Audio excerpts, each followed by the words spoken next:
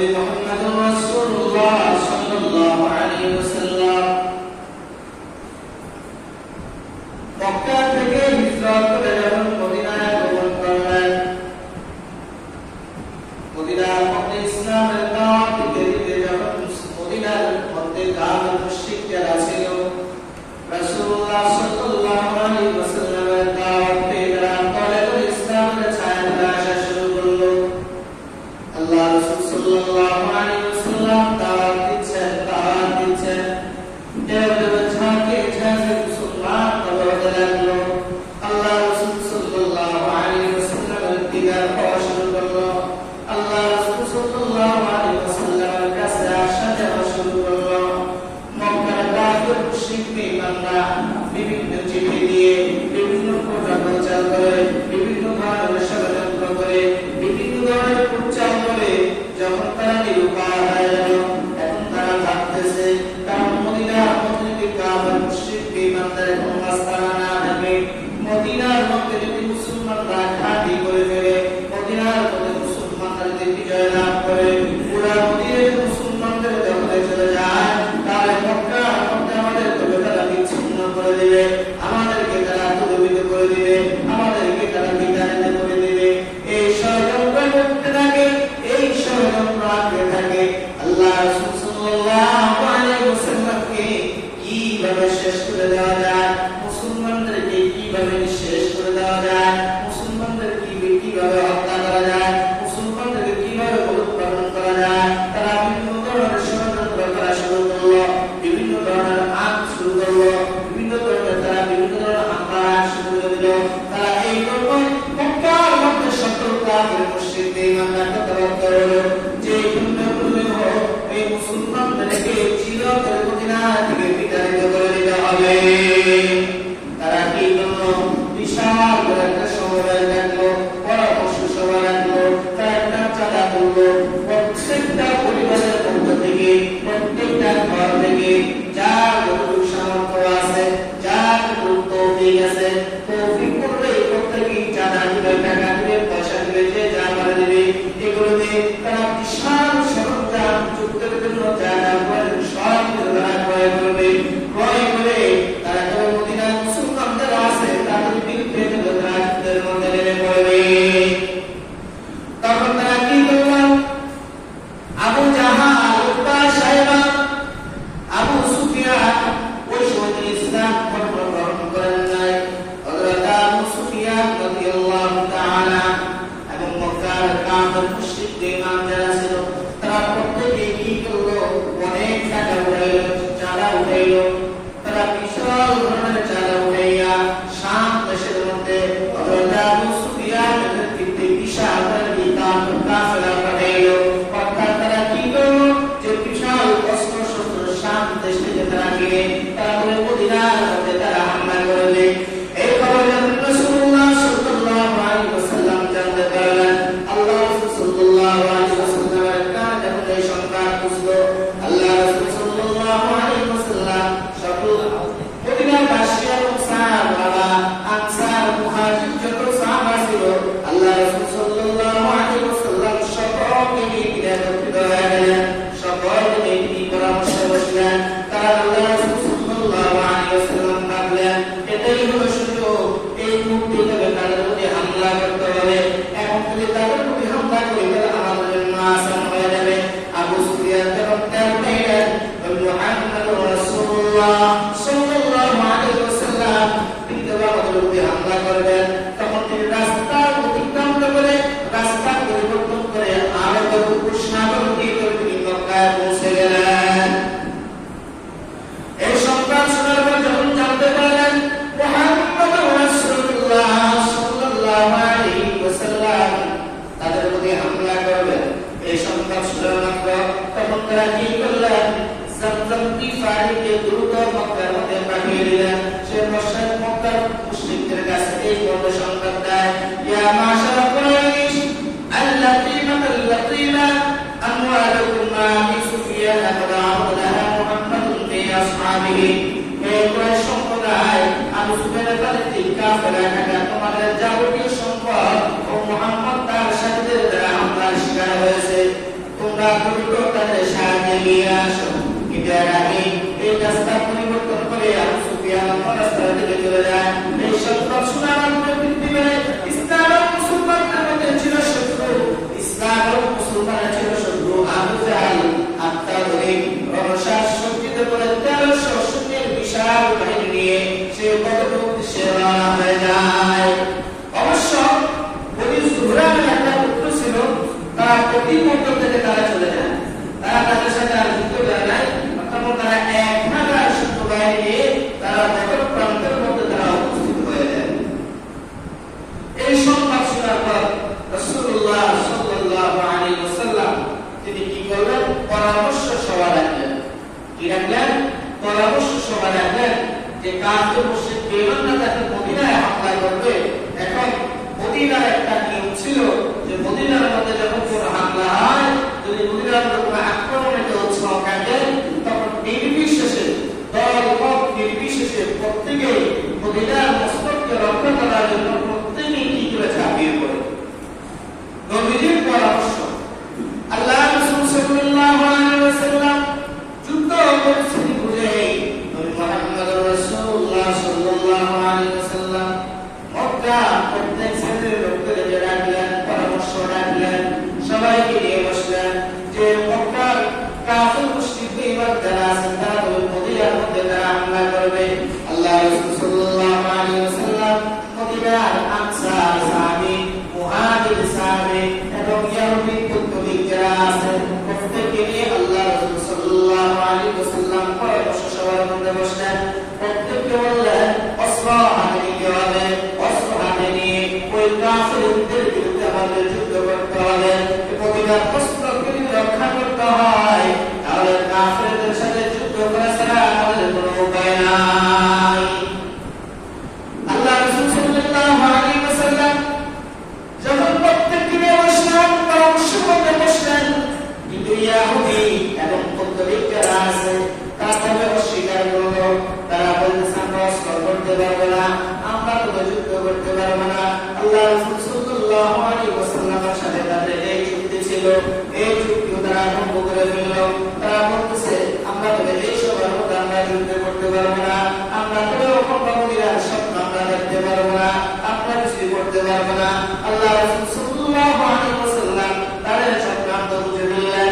আল্লাহ রাসূল সাল্লাল্লাহু আলাইহি ওয়াসাল্লাম আনসার ও মুহাজির সাহাবীদেরকে একত্রে বসলেন, বসতেছে মদিনা রক্ষা করতে হবে, তোমরা ছাড়া আর কেউ মদিনা রক্ষা করতে পারবে না, তোমরা ছাড়া আর কেউ মদিনা রক্ষা করতে পারবে না। আল্লাহ রাসূল সাল্লাল্লাহু আলাইহি ওয়াসাল্লাম পরামর্শ সভার মধ্যে বসলেন।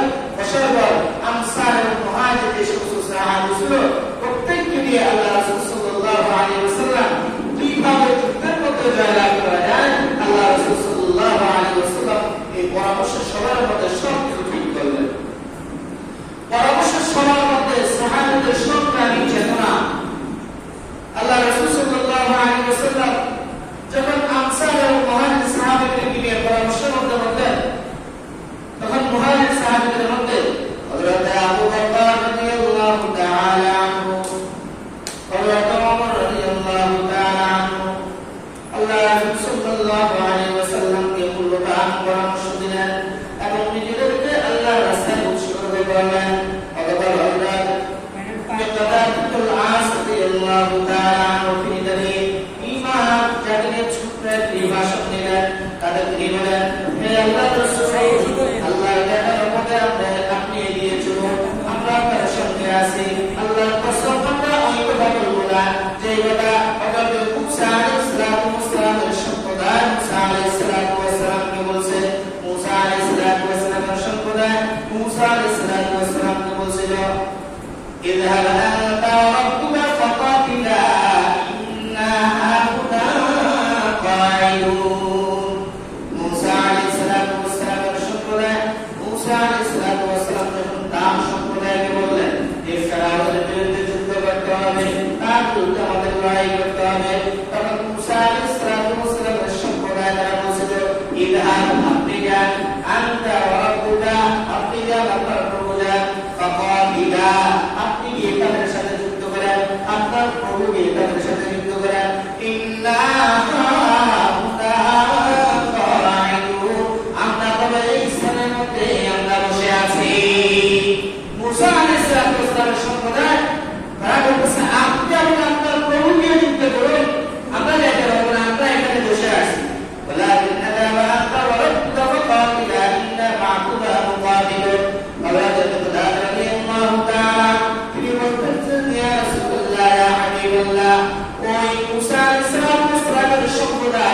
মুসা আলাইহিস সালামকে যে কথা বলছিল আমরা কোনদিন তবে এই কথা আপনাকে কোনদিন বলবো না, আপনি আমাদের সাথে চলুন, আপনিও চলুন, আপনার প্রতিপালক চলুন এবং আমরা আপনার সাথে আছি।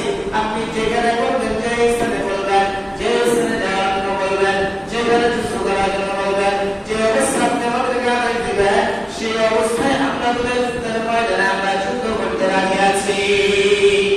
আল্লাহ রাসূল সাল্লাল্লাহু আলাইহি ওয়াসাল্লাম যখন হযরত ইকরাম রাদিয়াল্লাহু তাআলা জবান থেকে এমন সুন্দর কথা শুনলেন, এমন সুন্দর ভাষণ শুনলেন, আল্লাহ রাসূল সাল্লাল্লাহু আলাইহি ওয়াসাল্লাম তার কল্যাণে দোয়া করলেন।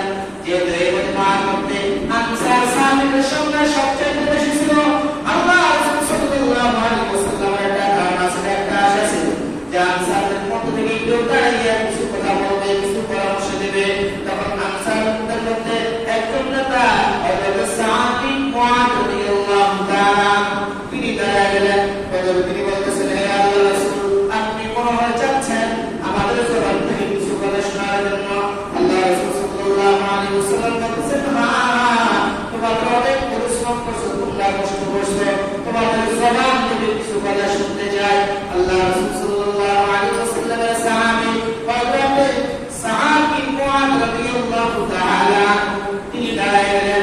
তিনি বলতেছেন, ইয়া রাসূলুল্লাহ, ইয়া হাবিবাল্লাহ, আমি আনসারদের পক্ষ থেকে বলতেছি, আপনি আমাদেরকে যেখানে ইচ্ছা সেখানে নিয়ে চলুন, যার সঙ্গে খুশি আপনি সঙ্গে করুন, বা যার সাথে ইচ্ছা আপনি সঙ্গে চিন্তা করুন, আমরা আপনার সাথে আছি, আপনি যেখানে যাবেন আপনার সাথে আমরা যুদ্ধ করতে রাজি আছি।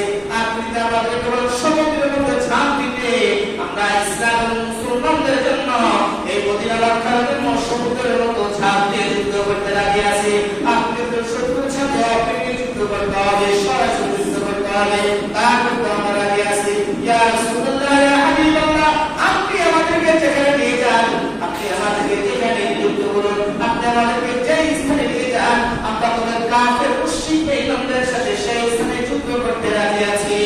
আল্লাহ রাসূল সাল্লাল্লাহু আলাইহি ওয়াসাল্লাম আনসারদের সাথ রাদিয়াল্লাহু তাআলা কথা শুনে নবী মুহাম্মদ রাসূলুল্লাহ সাল্লাল্লাহু আলাইহি ওয়াসাল্লাম তিনি উজ্জীবিত হয়ে গেলেন, তিনি খুশি হয়ে গেলেন। তিনি বলতেছেন, সিরু ওয়া আবশিরু ফাইন্নাল্লাহ তাআলা قد وعدني إحدى الطائفتين والله لا تمني الآن أنظر إلى مصارع القوم. الله رسول صلى الله عليه وسلم أمثال صحابي والصحابي رضي الله تعالى قد شهدني বলতেছেন, সিরু তোমরা তবে সফর করো, সিরু তোমরা সুসংবাদ গ্রহণ করো, সিরু তোমরা সফর করো, ওয়া আবশিরু তোমরা সুসংবাদ গ্রহণ করো, ইনশাআল্লাহ পাক রব্বুল আলামিন আমাকে ওয়াদা দিয়েছেন, দুই দলের মধ্যে যে কোনো একটি দল ইসলামের জন্য যারা যুদ্ধ করবে, আল্লাহ পাক রব্বুল আলামিন বলে একজনকে আল্লাহ বিজয় দান করবেন। সুবহানাল্লাহ, আল্লাহ ওয়াদা দিয়েছেন, আল্লাহ কি করবেন, আমাদের বিজয় দান করবেন, তোমরা সুসংবাদ গ্রহণ করো। আল্লাহ রাসূল সাল্লাল্লাহু আলাইহি ওয়াসাল্লাম 313 সাহাবী নিয়ে নবী সাল্লাল্লাহু আলাইহি ওয়াসাল্লাম তিনি আল্লাহ তাআলার পক্ষ থেকে আদিষ্ট হয়ে তিনি 16 রমাদান 313 একটি কাফেলা নিয়ে তিনি কাফেরদের মোকাবেলা করার জন্য মদিনা থেকে বদরের উদ্দেশ্যে তিনি রওনা দেন। তাদের মধ্যে মুহাজির সাহাবী সংখ্যা ছিল 82 জন, আর বাকিরা ছিলেন আনসার। আওয়াজ পুত্র ছিলেন 61 জন, আর খাজরাজ পুত্র ছিলেন 170 জন। মোট 313 জন সাহাবী নিয়ে নবী সাল্লাল্লাহু আলাইহি ওয়াসাল্লাম মাত্র 2টি ঘোড়া এবং 70টি উট ছিল তার সাথে। এই সম্পদ নিয়ে আল্লাহ রাসূল সাল্লাল্লাহু আলাইহি ওয়াসাল্লাম তিনি মদিনার বদর প্রান্তে গিয়ে উপস্থিত হয়ে যান। সাহাবায়ে রাদিয়াল্লাহু তাআলা আলাইহিম আজমাইন তারা কাফিরদের মোকাবেলা করার জন্য, কাফিরদের বিরুদ্ধে যুদ্ধ করার জন্য তারা রণসাজে সজ্জিত হয়ে গেল। সকল জুলুম নির্যাতন সহ্য করার পর আল্লাহ পাক রব্বুল আলামিনের পক্ষ থেকে যখন আদেশ আসলো, আল্লাহ পাক রব্বুল আলামিনের পক্ষ থেকে যখন নির্দেশ আসলো, তখন সাহাবায়ে কেরাম রাদিয়াল্লাহু তাআলা আলাইহিম তারা কি করলেন, ইসলামের বিজয় ছিনিয়ে আনার জন্য তারা তবে রণসাজে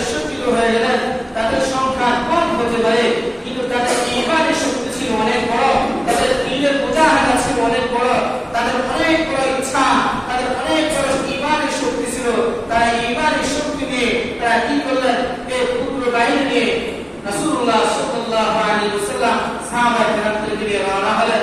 তার মধ্য থেকে সার্বিক নেতৃত্বে যে পতাকা তুলে দেন হযরত সাদ বিন মুআয রাদিয়াল্লাহু তাআলা, মুসআব বিন উমাইর রাদিয়াল্লাহু তাআলা আনহুকে এবং মুহাজির সাহাবীদের যে দল ছিল তাদের প্রতিনিধির পক্ষ থেকে আর পতাকা উত্তোলন করলেন হযরত আলী রাদিয়াল্লাহু তাআলা আনহু এবং আনসার সাহাবী যারা ছিলেন তাদের নেতৃত্বের পক্ষ থেকে পতাকা উত্তোলন করলেন হযরত সাদ বিন মুআয রাদিয়াল্লাহু তাআলা আনহুকে।